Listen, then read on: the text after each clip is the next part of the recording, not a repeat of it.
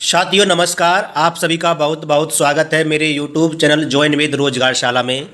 आज की वीडियो में मैं आपके लिए लेके आया हूं साथियों, हमारी जो भारतीय संविधान एवं राज्य व्यवस्था की घटना चक्र की सीरीज चल रही है, उसी सीरीज को आगे बढ़ा रहा हूं। और आज का टॉपिक है हमारा, यानी कि पिछली वीडियो में हमारा टॉपिक चल रहा था यानी कि स्थानीय स्वशासन। उसमें मैंने आपके लिए 60 प्रश्न कंप्लीट करा दिए थे।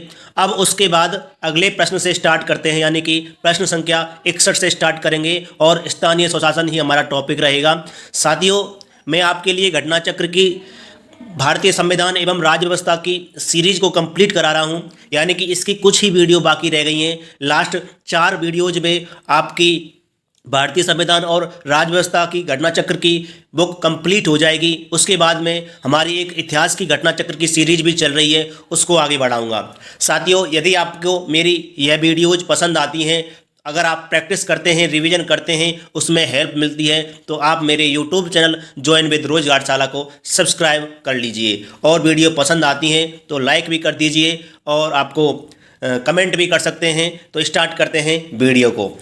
इसमें प्रश्न संख्या 61 है, यानी कि निम्नलिखित में से कौन तृणमूल लोकतंत्र से संबंधित है। तो इसका सही आंसर विकल्प बी हो जाएगा, यानी कि पंचायती राज पद्धति। इसकी व्याख्या देखते हैं। तृणमूल लोकतंत्र यानी कि ग्रास रूट डेमोक्रेसी, अर्थात जमीनी स्तर पर लोकतंत्र का संबंध लोकतंत्र के विकेंद्रीकरण से है। भारत में स्वतंत्रता के पश्चात 2 अक्टूबर 1959 को जवाहरलाल नेहरू ने राजस्थान के नागौर जिले में लोकतांत्रिक विकेंद्रीकरण की योजना का श्री गणेश किया और इसी दिन उसे संपूर्ण राजस्थान में लागू कर दिया गया। इस लोकतांत्रिक विकेंद्रीकरण को ही पंचायती राज कहा जाता है। स्पष्ट है कि राजस्थान ही सबसे पहला राज्य है जिसमें संपूर्ण राज्य में सर्वप्रथम पंचायती राज की स्थापना की गई।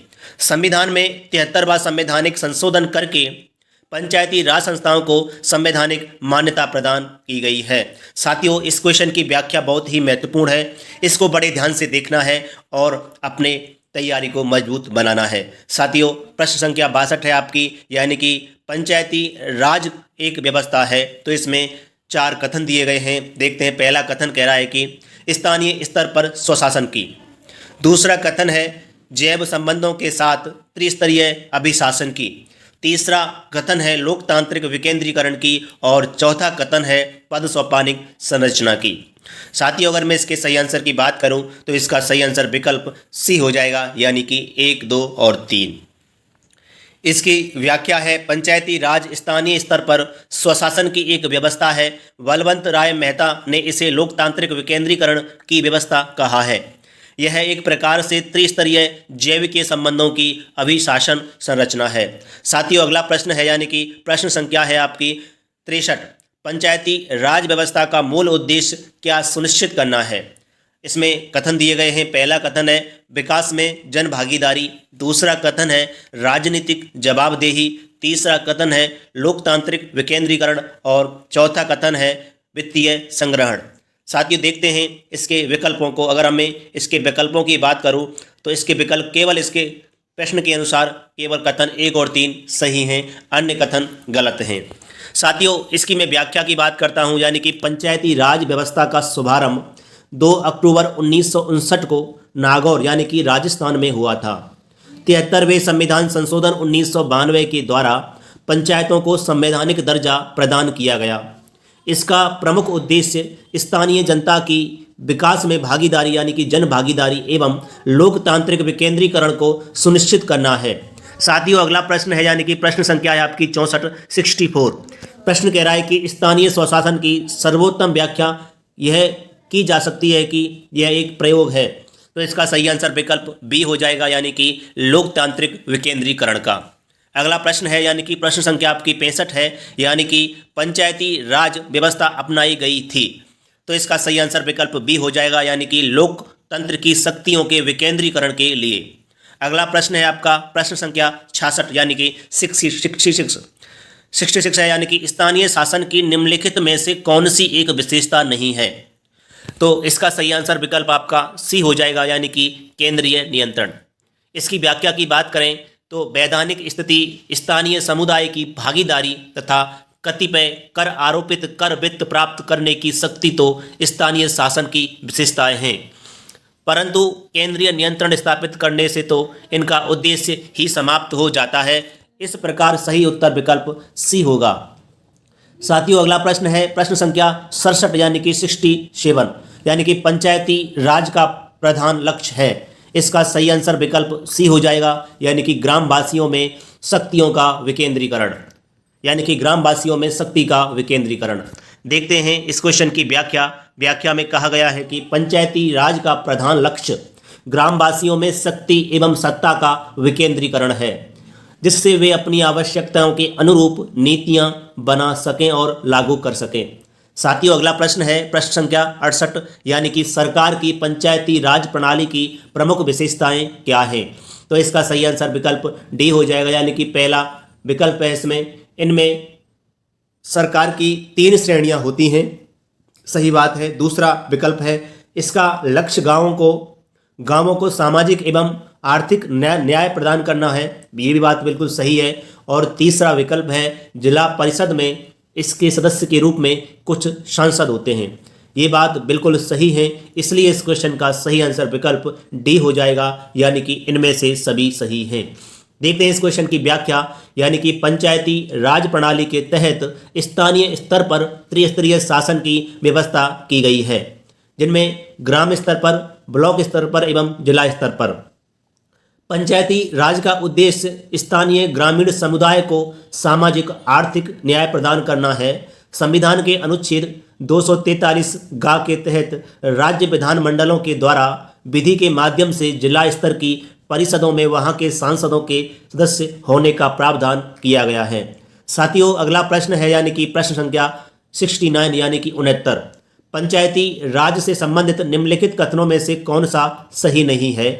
साथियों, में अगर इसके सही उत्तर की बात करूं तो इसका सही उत्तर विकल्प बी हो जाएगा, यानी कि 73वां संशोधन 15 अगस्त 1993 से प्रभावी नहीं हुआ था। ये बात बिल्कुल गलत है, यानी कि ये इस तारीख को लागू नहीं हुआ था, यानी कि प्रभावी नहीं हुआ था। देखते हैं इस क्वेश्चन की व्याख्या। अगर मैं इस क्वेश्चन की व्याख्या की बात करूं तो भारत में पंचायत व्यवस्था ग्रामीण जीवन का युगों से एक अभिन्न अंग रही है तथा 73वें संविधान संशोधन अधिनियम 1992, जो कि 24 अप्रैल 1993 से प्रभावी हुआ, द्वारा इसे संवैधानिक दर्जा प्रदान किया गया। 73वें संशोधन के द्वारा त्रिस्तरीय पंचायत व्यवस्था अपनाई गई है, जो कि जैविकीय रूप से जुड़ी संरचना मानी जा सकती है। भारतीय संविधान के अनुच्छेद 243 छा यानी कि 243 जी में पंचायतों की शक्तियां, प्राधिकार एवं दायित्व संबंधी प्रावधान हैं, जो पंचायतों के महत्व को बढ़ाते हैं। साथियों, अगला प्रश्न है, यानी कि प्रश्न संख्या 70 है आपकी। प्रश्न कह रहा है कि पंचायती राज का मुख्य उद्देश्य क्या है। अगर मैं इसके सही उत्तर की बात करूं तो इसका सही उत्तर विकल्प डी हो जाएगा, यानी कि लोगों को विकासमूलक प्रशासन में भागीदारी के योग्य बनाना।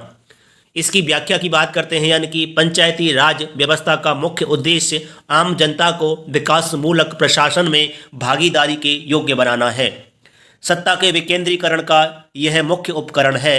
73वें संविधान संशोधन अधिनियम 1992 द्वारा पंचायतों को तथा 74वें संविधान संशोधन अधिनियम 1992 द्वारा नगर पालिकाओं को संवैधानिक दर्जा प्रदान किया गया है।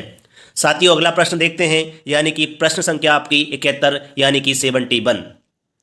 प्रश्न कह रहा है कि सफलतापूर्वक कार्य हेतु पंचायती राज को पूरे सहयोग की जरूरत पड़ती है। तो इसका सही आंसर विकल्प ए हो जाएगा, यानी कि स्थानीय जनता की। इसके विश्लेषण की बात करते हैं तो पंचायती राज को सफलतापूर्वक कार्य करने के लिए स्थानीय जनता के पूर्ण सहयोग की आवश्यकता होती है। बिना जन भागीदारी के पंचायती राज का स्वप्न साकार नहीं हो सकता है। देखते हैं प्रश्न संख्या 72, यानी कि क्वेश्चन कह रहा है कि भारत में पंचायती राज प्रतिनिधित्व करता है, यानी कि भारत में पंचायती राज प्रतिनिधित्व करता है। तो इसका सही आंसर विकल्प डी हो जाएगा, यानी कि ये सभी जिनमें शक्तियों का विकेंद्रीकरण भी है, लोगों की हिस्सेदारी भी है और सामुदायिक विकास भी है। इसीलिए इस क्वेश्चन का सही आंसर विकल्प डी है। इसकी व्याख्या की बात करते हैं तो भारत में पंचायती राज की स्थापना ग्रामीण जनता के सर्वांगीण विकास के लिए की गई है, यह शक्तियों के विकेंद्रीकरण, लोगों की भागीदारी एवं सामुदायिक विकास, इन तीनों का प्रतिनिधित्व करता है। साथियों, अगला प्रश्न है हमारा, यानी कि प्रश्न संख्या 73 है, 73, और प्रश्न कह रहा है कि निम्न में से कौन सा विकेंद्रीकरण का वैशिष्ट्य नहीं है। तो अगर मैं इसके सही आंसर की बात करूं तो इसका सही आंसर विकल्प सी हो जाएगा, यानी कि स्थानीय समुदायों में आत्मविश्वास को नहीं जगाना। इसकी व्याख्या है, दिए गए विकल्पों में स्थानीय समुदायों में आत्मविश्वास को नहीं जगाना विकेंद्रीकरण का वैशिष्ट्य यानी कि विशेषता नहीं है।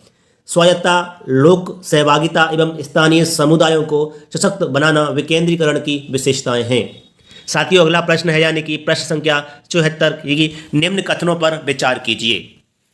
इसमें कथन ए है, स्थानीय स्तर पर ग्रामीण मामलों के प्रबंध में राजनीति का अंतःखेल कम हो गया है। इसमें कारण आर है कि संविधान के 73वें संशोधन के द्वारा ग्रामीण स्थानीय शासन संस्थाओं का पुनरुत्थान हो गया है।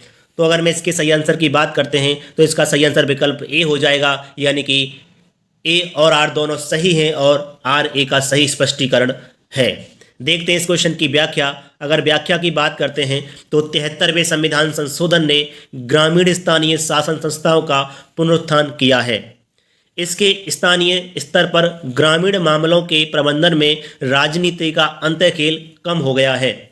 अतः प्रश्नगत कथन और कारण दोनों सही हैं और कारण कथन का सही स्पष्टीकरण है। साथियों, अगला प्रश्न है, यानी कि प्रश्न संख्या 75, निम्नलिखित क्षेत्रों में से किस एक में राज्य सरकार का स्थानीय इकाइयों यानी कि लोकल बॉडीज पर नियंत्रण नहीं होता। तो इसका सही आंसर विकल्प ए हो जाएगा, यानी कि नागरिकों की शिकायतें। इसकी व्याख्या है, स्थानीय निकायों पर नागरिकों की शिकायतों के मामले में राज्य सरकार का नियंत्रण होता है, जबकि आर्थिक मामलों, कार्मिकों तथा विधि निर्माण के संदर्भ में राज्य सरकार का स्थानीय निकायों पर नियंत्रण होता है।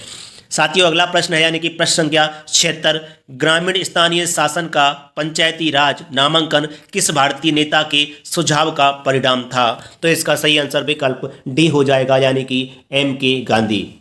इसकी व्याख्या है, बहुत ही महत्वपूर्ण प्रश्न है ये। तो इसकी व्याख्या की बात करें, ग्रामीण स्थानीय शासन का पंचायती राज नामांकन महात्मा गांधी के सुझाव का परिणाम था। महात्मा गांधी ने महसूस किया था कि गांव को न केवल आर्थिक रूप से बल्कि राजनीतिक एवं प्रशासनिक रूप से भी आत्मनिर्भर होना चाहिए। उन्होंने सुझाव दिया था कि एक गांव के सभी मामले वयस्क मताधिकार के आधार पर निर्वाचित एक पंचायत द्वारा प्रशासित किए जाने चाहिए। साथियों, अगला प्रश्न है, यानी कि प्रश्न क्या है, 77, सीडीपी एवं एनईएस के पुनर्गठन के लिए 1957 में एनडीसी द्वारा स्थापित समिति का नाम बताइए जिसने ग्रामीण स्थानीय सरकार की त्रिस्तरीय प्रणाली का सुझाव दिया था। तो इसका सही आंसर विकल्प ए हो जाएगा, बलवंत राय मेहता समिति। इसकी व्याख्या है, 1952 में प्रारंभ सामुदायिक विकास कार्यक्रम सीडीपी और 1953 में प्रारंभ राष्ट्रीय विस्तार योजना एनईएस के पुनर्गठन के लिए राष्ट्रीय विकास परिषद द्वारा बलवंत राय मेहता समिति का गठन 1957 में किया गया था। इस समिति ने लोकतांत्रिक विकेंद्रीकरण और ग्रामीण स्थानीय सरकार की त्रिस्तरीय पंचायत प्रणाली की अनुशंसा की थी। साथियों, अगला प्रश्न है, यानी कि प्रश्न संख्या 78, यानी कि 78। प्रश्न है कि भारत में त्रिस्तरीय पंचायती राज व्यवस्था की सिफारिश की थी। बहुत ही महत्वपूर्ण प्रश्न। इसका सही आंसर विकल्प बी हो जाएगा, बलवंत राय मेहता समिति। इसकी व्याख्या है, भारत में त्रिस्तरीय पंचायती राज व्यवस्था की स्थापना की सिफारिश बलवंत राय मेहता समिति यानी कि 1957 में की थी। समिति की सिफारिशों के आधार पर ही राजस्थान की विधानसभा ने 2 सितंबर 1959 को पंचायती राज अधिनियम पारित किया। अधिनियम के प्रावधानों के अनुरूप पंडित जवाहरलाल नेहरू ने 2 अक्टूबर 1959 को राजस्थान के नागौर जिले में पंचायती राज का उद्घाटन किया। इसके अतिरिक्त पंचायतों में सुधार के लिए 1977 यानी कि 1977 में अशोक मेहता समिति और 1985 में जीवी के राव समिति तथा 1986 में डॉक्टर LM सिंघवी समिति का गठन किया गया था। साथियों अगला प्रश्न है प्रश्न संख्या 79 यानी कि 79 है। बलवंत राय मेहता समिति ने किस प्रकार की पंचायती राज व्यवस्था की अनुशंसा की थी? तो इसका सही आंसर विकल्प बी हो जाएगा यानी कि त्रिस्तरीय। इसकी व्याख्या हम पिछले वाले क्वेश्चन में देख चुके हैं। देखते हैं क्वेश्चन संख्या यानी कि प्रश्न संख्या 80 है। निम्नलिखित राज्यों में से किस में बलवंत राय मेहता समिति की सिफारिशों के अनुसार पंचायती राज व्यवस्था सर्वप्रथम स्थापित की गई थी? तो इसका सही आंसर बहुत ही महत्वपूर्ण प्रश्न विकल्प सी हो जाएगा, राजस्थान में, राजस्थान के नागौर जिले में। देखते हैं प्रश्न संख्या 81 है कि भारत में पंचायती राज की अनुशंसा के लिए बनी समिति के अध्यक्ष थे? तो इसका सही आंसर विकल्प ए हो जाएगा, बलवंत राय मेहता। रिपीटेड क्वेश्चन है, बहुत ही महत्वपूर्ण प्रश्न। देखते हैं प्रश्न संख्या 82 है कि जिस समिति की अनुशंसा पर देश में पंचायती राज लागू किया गया उसके प्रमुख थे? तो इसका सही आंसर विकल्प बी हो जाएगा, बलवंत राय मेहता। देखते हैं हम अगला प्रश्न यानी कि प्रश्न संख्या 83 है। निम्नलिखित में से किस समिति ने त्रिस्तरीय पंचायती राज प्रणाली की संस्तुति की थी? तो इसका सही आंसर विकल्प ए हो जाएगा, बलवंत राय मेहता समिति। देखते हैं प्रश्न संख्या 84 में कहा गया है कि सूची 1 को सूची 2 से सुमेलित कीजिए तथा सूचियों के नीचे दिए गए कूट से सही उत्तर का चयन कीजिए। अगर मैं इसके सूचियों के मिलान की बात करता हूं तो नंबर 1 है, ए है बलवंत राय मेहता समिति। अगर बलवंत राय मेहता से संबंध जोड़ूं तो इसका हो जाएगा यानी कि 2 के साथ त्रिस्तरीय पद्धति। तो ए का 2 यानी का इसका बलवंत राय मेहता समिति, ए का सी यानी कि ए का 2। तो इसमें विकल्प सी सही उत्तर है। केवल एक ही मिलान सही है यानी कि ए का मिलान 2 से विकल्प एक ही विकल्प से इसका सही आंसर पता चल रहा है। तो इसका सही आंसर विकल्प आपका सी हो जाएगा। अगर मैं इसकी व्याख्या की बात करूं तो बलवंत राय मेहता समिति तो ये त्रिस्तरीय पद्धति से संबंधित थे, अशोक मेहता ये द्विस्तरीय पद्धति से थे, और एल.एम. सिंह भी ये स्थानीय स्वशासन पद्धति से, और जी.वी. राव ये प्रतिनिधित्व के तरीके में सुधार से। अगला प्रश्न है यानी कि प्रश्न संख्या 85 है। भारत में पंचायती राज व्यवस्था का वास्तुकार शिल्पी किसे कहा जाता है? बहुत ही महत्वपूर्ण प्रश्न। तो इसका सही आंसर विकल्प सी हो जाएगा यानी कि बलवंत राय मेहता यानी कि बी.आर. मेहता। इसकी व्याख्या है भारत के पंचायती राज व्यवस्था का वास्तुकार या शिल्पी बलवंत राय मेहता को कहा जाता है। वर्ष 1957 में भारत सरकार ने सामुदायिक विकास कार्यक्रम 1952 तथा राष्ट्रीय विस्तार सेवा 1953 द्वारा किए गए कार्यों की जांच और उनके बेहतर ढंग से कार्य करने के लिए उपाय सुझाने के लिए बलवंत राय मेहता की अध्यक्षता में एक समिति गठित की थी। इस समिति ने नवंबर 1957 में अपनी रिपोर्ट सौंपी। इस रिपोर्ट में लोकतांत्रिक विकेंद्रीकरण और त्रिस्तरीय पंचायत प्रणाली ग्राम स्तर, ब्लॉक स्तर एवं जिला स्तर पर की सिफारिश की थी, जो कि आगे चलकर भारत में पंचायती राज व्यवस्था का आधार बनी। साथियों अगला प्रश्न है यानी कि प्रश्न संख्या है 86 यानी कि 86, और प्रश्न कह रहा है कि बलवंत राय मेहता समिति की प्रजातांत्रिक विकेंद्रीकरण की सिफारिश के अनुसार तो जिला, ब्लॉक एवं ग्राम स्तरों पर त्रिस्तरीय प्रजातांत्रिक पंचायती राज संस्थाओं का गठन होता था। तो इसका सही आंसर विकल्प ए हो जाएगा। देखते हैं अगला प्रश्न यानी कि प्रश्न संख्या है आपकी 87। भारत में पंचायती राज व्यवस्था सर्वप्रथम राजस्थान और में प्रारंभ की गई थी। तो इसका सही आंसर विकल्प डी हो जाएगा, राजस्थान और आंध्र प्रदेश में। तो इसकी व्याख्या है संविधान के अनुच्छेद 40 में राज्य को पंचायतों के गठन का निर्देश दिया गया है। 1957 में बलवंत राय मेहता समिति ने त्रिस्तरीय पंचायतों के गठन की सिफारिश की। इनकी सिफारिश के आधार पर पंडित जवाहरलाल नेहरू ने 2 अक्टूबर 1959 को राजस्थान के नागौर जिले में पंचायती राज का उद्घाटन किया। तत्पश्चात आंध्र प्रदेश भी इस व्यवस्था को अपने यहाँ लागू कर पंचायती राज प्रणाली लागू करने वाला दूसरा राज्य बन गया। साथियों अगला प्रश्न है यानी कि प्रश्न संख्या है आपकी 88। प्रश्न कह रहा है कि अक्टूबर 1959 में पंचायती राज भारत में सर्वप्रथम आरंभ किया गया। तो इसका सही आंसर विकल्प ए हो जाएगा यानी कि राजस्थान में। देखते हैं अगला प्रश्न यानी कि प्रश्न संख्या है 89 यानी कि 89, और प्रश्न कह रहा है कि प्रथम पंचायती राज व्यवस्था का उद्घाटन पंडित जवाहरलाल नेहरू द्वारा 2 अक्टूबर 1959 को किया गया था? तो इसका सही आंसर विकल्प सी हो जाएगा, राजस्थान के नागौर जिले में। देखते हैं अगला प्रश्न, यानी कि प्रश्न संख्या है 90 और प्रश्न कह रहा है कि भारत में पंचायती राज व्यवस्था को लागू करने वाला प्रथम राज्य था। तो अगर मैं प्रथम राज्य की बात करूं तो इन विकल्पों में कोई भी विकल्प सही नहीं है, यानी कि इसमें गुजरात भी नहीं था, उत्तर प्रदेश भी नहीं था प्रथम, और बिहार भी नहीं था, कर्नाटक भी नहीं था। प्रथम राज्य था आपका राजस्थान, इसलिए इस प्रश्न का सही उत्तर नहीं पता चल सकता है। देखते हैं अगला प्रश्न, यानी कि प्रश्न संख्या है 91 यानी कि 91 और प्रश्न कह रहा है कि वह राज्य जिसने सबसे पहले पंचायती राज स्वीकार किया था। तो इसका सही आंसर विकल्प डी हो जाएगा, वो था राजस्थान। देखते हैं अगला प्रश्न, यानी कि प्रश्न संख्या है 92 यानी कि 92। तो प्रश्न कह रहा है कि भारत में पंचायती राज प्रणाली का शुभारंभ कब और कहां हुआ? तो इसका सही आंसर विकल्प बी हो जाएगा, 2 अक्टूबर 1959 को राजस्थान के नागौर जिले में। देखते हैं अगला प्रश्न, यानी कि प्रश्न है आपका 93 और प्रश्न कह रहा है कि जिस समिति ने लोकतांत्रिक विकेंद्रीकरण और पंचायत राज की सिफारिश की उसका सभापति कौन था? तो बहुत ही महत्वपूर्ण प्रश्न, इसका सही आंसर विकल्प डी हो जाएगा, बलवंत राय मेहता।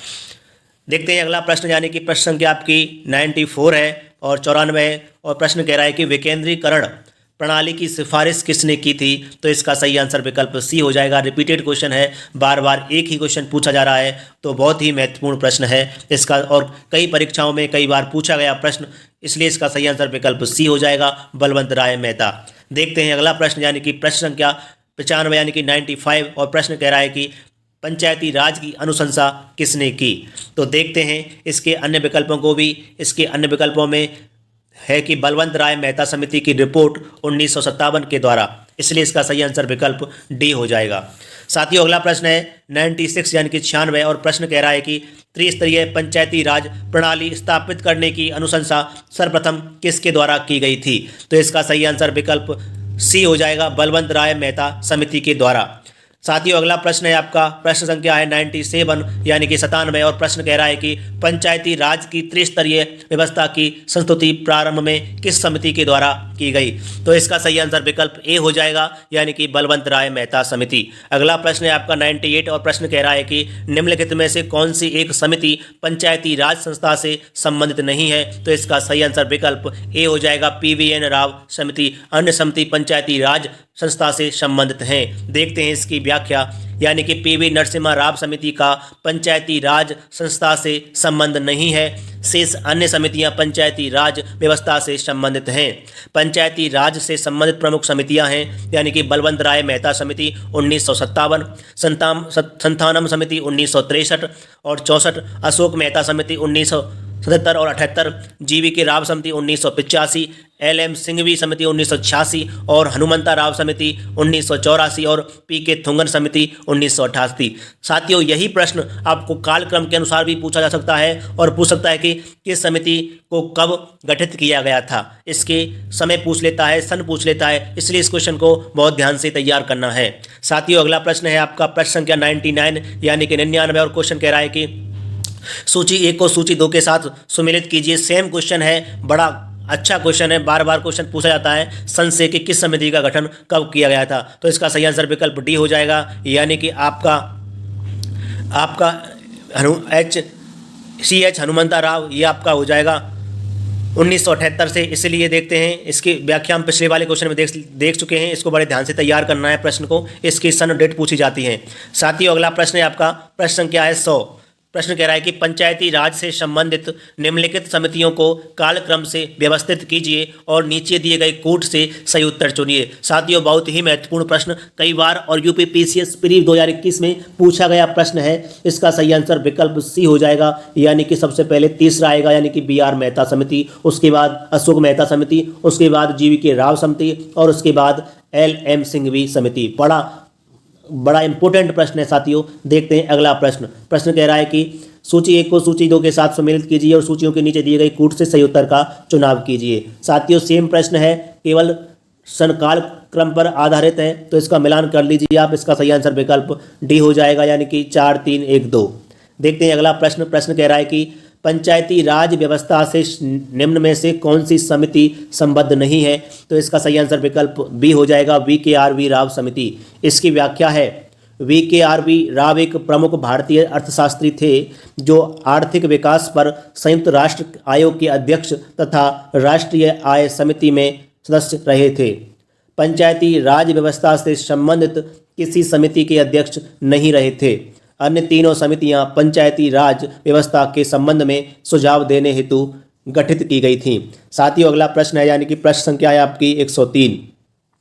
निम्न में से कौन सी एक समिति भारत में पंचायती राज व्यवस्था से संबंधित नहीं है? इसका सही आंसर विकल्प ए हो जाएगा, दिनेश गोस्वामी समिति। इसकी व्याख्या है, दिनेश गोस्वामी समिति पंचायती राज व्यवस्था से संबंधित नहीं है। यह समिति चुनाव अधिकारों से संबंधित है। जबकि एल.एम. सिंघवी समिति 1986, सादिक अली समिति 1964 और अशोक मेहता समिति 1977 यानी कि 1977 पंचायती राज व्यवस्था से संबंधित हैं। साथियों, अगला प्रश्न है, अशोक मेहता समिति ने पंचायती राज के लिए किस प्रतिमान की संस्तुति की थी? बहुत ही महत्वपूर्ण प्रश्न। इसका सही आंसर विकल्प बी हो जाएगा, द्विस्तरीय प्रतिमान से। देखते हैं इस क्वेश्चन की व्याख्या, यानी कि 1977 में गठित अशोक मेहता समिति ने अगस्त 1978 में अपनी रिपोर्ट प्रस्तुत की थी, जिसमें पंचायती राज के लिए त्रिस्तरीय प्रतिमान के स्थान पर द्विस्तरीय प्रतिमान की संस्तुति की थी। इसमें जनपद स्तर पर जिला परिषद तथा 15,000 से 20,000 जनसंख्या गांवों के समूह पर मंडल पंचायत के गठन का सुझाव किया गया था। देखते हैं अगला प्रश्न, यानी कि अगला प्रश्न है आपका 105। अशोक मेहता समिति ने निम्नलिखित में की सिफारिश की थी? तो इसका सही आंसर विकल्प बी हो जाएगा, पंचायती राज की द्विस्तरीय सरकार की। देखते हैं अगला प्रश्न, यानी कि प्रश्न संख्या 106 है, यानी कि कह रहा है कि निम्नलिखित में से किस समिति आयोग ने न्याय पंचायतों के गठन की सिफारिश की है? तो इसका सही आंसर विकल्प बी हो जाएगा, अशोक मेहता समिति। इसकी व्याख्या है, अशोक मेहता समिति ने न्याय पंचायतों के गठन की सिफारिश की थी। वर्ष 1977 में पंचायती राज व्यवस्था पर सुझाव देने के लिए गठित अशोक मेहता समिति ने वर्ष 1978 में अपनी रिपोर्ट प्रस्तुत की, जिसमें पंचायती राज के लिए त्रिस्तरीय प्रणाली के स्थान पर द्विस्तरीय प्रणाली को संस्तुत किया गया। इस समिति ने न्याय पंचायतों को विकास पंचायतों से पृथक निकाय के रूप में गठित किए जाने की अनुशंसा की थी। साथियों, अगला प्रश्न है, यानी कि प्रश्न संख्या आपकी 107 है, और प्रश्न कह रहा है कि निम्नलिखित में से किस कमेटी आयोग ने न्याय पंचायत बनाने की सिफारिश की थी? साथियों, इस प्रश्न का सही आंसर विकल्प बी हो जाएगा, अशोक मेहता कमेटी ने। देखते हैं अगला प्रश्न, यानी कि प्रश्न संख्या 108 है, और प्रश्न कह रहा है कि पंचायती राज को संवैधानिक स्थिति प्रदान करने की संस्तुति निम्न में से किस कमेटी के द्वारा की गई थी? साथियों, बड़ा महत्वपूर्ण प्रश्न। इसका सही आंसर विकल्प ए हो जाएगा, एल.एम. सिंघवी कमेटी। इसकी व्याख्या है, पंचायती राज को संवैधानिक स्थिति प्रदान करने की संस्तुति एल.एम. सिंघवी समिति 1986 द्वारा की गई थी। साथ ही सिंघवी समिति ने पंचायत चुनावों को गैर दलीय आधार पर करार कराने की अनुशंसा की थी। साथियों, अगला प्रश्न यानी कि प्रश्न संख्या 109 है, पंचायती राज संस्थाओं को संवैधानिक मान्यता प्रदान करने की अनुशंसा करने वाली समिति का नाम था? तो इसका सही आंसर विकल्प सी हो जाएगा, एल.एम. सिंघवी समिति। साथियों, अगला प्रश्न है, यानी कि प्रश्न संख्या 110 है, हमारे संविधान के किस भाग में 3 सोपानों में पंचायतें बनाने की परिकल्पना की गई है? साथियों, बहुत महत्वपूर्ण प्रश्न। इसका सही आंसर विकल्प ए हो जाएगा, भाग 9 में। और इसकी व्याख्या है, हमारे संविधान के भाग 9 में 3 सोपानों में पंचायतें बनाने की परिकल्पना की गई है। भाग 9 के अनुच्छेद 243 खा के अंतर्गत प्रत्येक राज्य में ग्राम, मध्यवर्ती और जिला स्तर पर पंचायतों के गठन का प्रावधान है। साथियों, अगला प्रश्न है आपका प्रश्न संख्या 111 है, यानी कि पंचायती राज की त्रिस्तरीय प्रणाली में आते हैं। तो इसका सही आंसर विकल्प डी हो जाएगा, यानी कि ग्राम पंचायत, क्षेत्र पंचायत समिति और जिला परिषद। इसकी व्याख्या है, पंचायती राज की त्रिस्तरीय प्रणाली में ग्राम पंचायत, क्षेत्र पंचायत समिति और जिला परिषद आते हैं। देखते हैं अगला प्रश्न, यानी कि प्रश्न संख्या 112 है, निम्नलिखित में से किसका निर्माण पंचायती राज व्यवस्था के तहत हुआ है? तो इसका सही आंसर विकल्प सी हो जाएगा, ग्राम पंचायत का। देखते हैं अगला प्रश्न, यानी कि प्रश्न संख्या 113 है कि निम्नलिखित में से कौन संविधान के 73वें संशोधन में सम्मिलित हैं? तो इसका सही आंसर विकल्प बी हो जाएगा, जिला पंचायत, क्षेत्र पंचायत और ग्राम पंचायत ये 73वें संशोधन में सम्मिलित हैं। बहुत महत्वपूर्ण प्रश्न है, इसकी व्याख्या है 73वें संविधान संशोधन 1992 द्वारा त्रिस्तरीय पंचायती राज व्यवस्था अपनाई गई है, जिसमें ग्राम पंचायत, क्षेत्र पंचायत एवं जिला पंचायत सम्मिलित हैं, जबकि 74वें संविधान संशोधन द्वारा नगर पंचायत, नगर पालिका परिषद तथा नगर निगम के गठन का प्रावधान किया गया है। साथियों, अगला प्रश्न है आपका प्रश्न संख्या 114 है कि एक क्षेत्र पंचायत का क्षेत्र निर्धारित किया जाता है, तो इसका सही आंसर विकल्प बी हो जाएगा, यानी कि राज्य सरकार के द्वारा। इसकी व्याख्या है एक क्षेत्र पंचायत का क्षेत्र अनुच्छेद 243 गा के प्रावधानों के तहत राज्य विधानमंडल द्वारा बनाई गई विधि के अनुसार राज्य सरकार द्वारा निर्धारित किया जाता है। अनुच्छेद 243 गा के 2 के अनुसार किसी पंचायत के सभी स्थान पंचायत क्षेत्र में प्रादेशिक निर्वाचन क्षेत्रों से प्रत्यक्ष निर्वाचन द्वारा चुने गए व्यक्तियों से भरे जाएंगे और इस प्रयोजन के लिए प्रत्येक पंचायत को प्रादेशिक निर्वाचन क्षेत्रों में ऐसी रीति से विभाजित किया जाएगा कि प्रत्येक निर्वाचन क्षेत्र की जनसंख्या का उसको आवंटित स्थानों की संख्या से अनुपात समस्त पंचायत क्षेत्र में यथासाध्य एक ही हो। साथियों, अगला प्रश्न है, यानी कि प्रश्न संख्या 115 है कि खंड और जिला पंचायतों की सीमा में परिवर्तन की अधिसूचना कौन जारी करता है, तो इसका सही आंसर विकल्प ए हो जाएगा, राज्यपाल। इसकी व्याख्या है छत्तीसगढ़ पंचायत राज अधिनियम 1993 की धारा 127 में खंड एवं जिला पंचायतों की सीमा में परिवर्तन के विषय में वर्णन किया गया है, जिसके अनुसार राज्यपाल खंड एवं जिला पंचायतों की सीमा में परिवर्तन की अधिसूचना जारी करता है। साथियों, अगला प्रश्न है, यानी कि प्रश्न संख्या 116 है कि सूची 1 को सूची 2 के साथ सम्मिलित करना है। तो सूची 1 में स्थानीय निकाय दिए गए हैं और सूची 2 में राज्य 1999 की स्थिति के अनुसार। तो देखते हैं इसका सही आंसर की बात करें तो ए का मिलान 2 के साथ हो जाएगा, यानी कि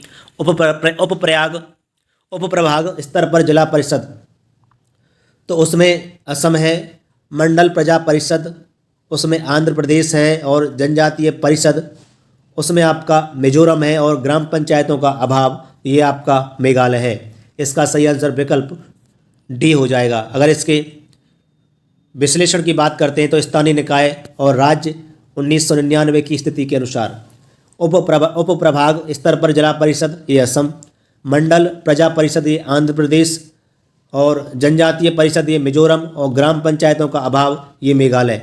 इसमें एक नोट दिया गया है, वर्तमान में मेघालय और मिजोरम दोनों ही राज्यों में जनजातीय परिषदों तथा ग्राम परिषदों का अस्तित्व है। साथियों, अगला प्रश्न है, प्रश्न संख्या 117 है कि निम्नलिखित राज्यों में से किस में पंचायती राज संस्था नहीं है, इसका सही आंसर विकल्प सी हो जाएगा, नागालैंड।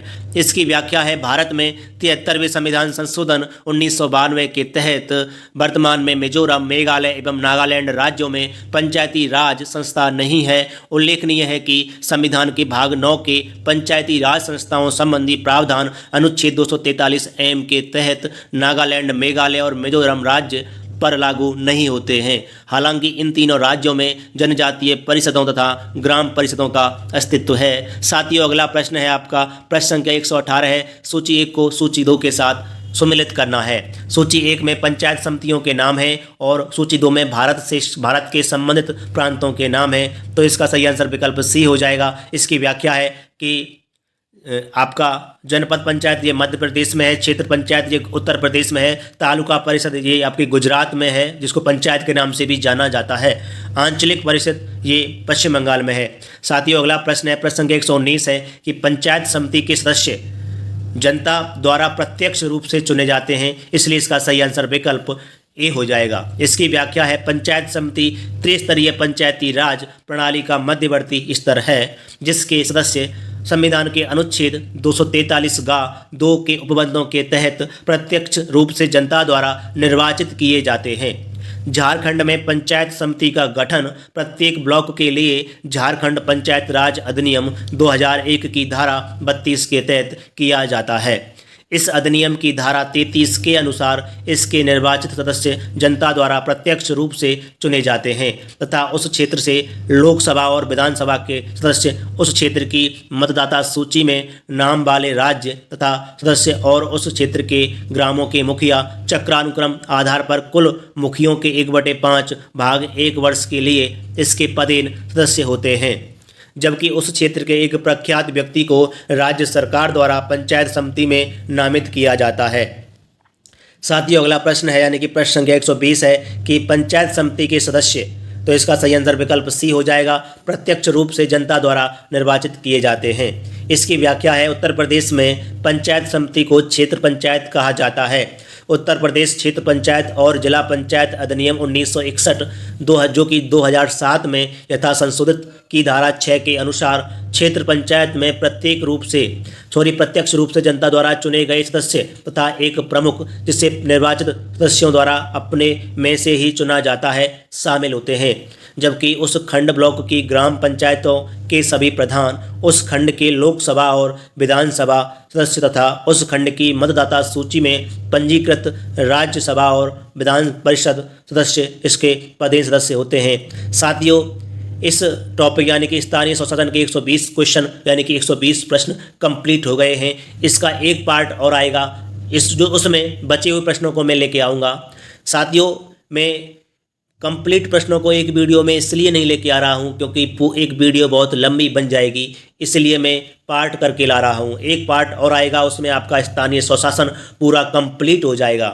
साथियों, यदि आपको मेरी यह मेहनत, मेरी ये वीडियोज पसंद आ रही हैं तो प्लीज़ आप मेरे यूट्यूब चैनल ज्वाइन विद रोजगारशाला को सब्सक्राइब कर लीजिए। साथियों, आप घटना चक्र की सीरीज से, बुक से प्रैक्टिस करो और रिवीजन करो। जीएस के लिए ये एक रामबाण इलाज है। इसके अलावा आपको जीएस में कुछ और पढ़ने की आवश्यकता नहीं है। लगातार प्रैक्टिस कीजिए, मेहनत कीजिए और रिवीजन कीजिए। रिवीजन ही सफलता का एक मूल मंत्र है। अगर आपको जीएस में अपनी कमांड करनी है तो आपको बार बार प्रैक्टिस और रिवीजन करना ही पड़ेगा ताकि आप चीज़ों को बेहतर तरीके से याद कर पाएँ, तैयार कर पाएँ। साथियों, फिर मिलते हैं एक अगली वीडियो में अगले प्रश्नों को लेकर। तब तक के लिए साथियों, जय हिंद, जय भारत।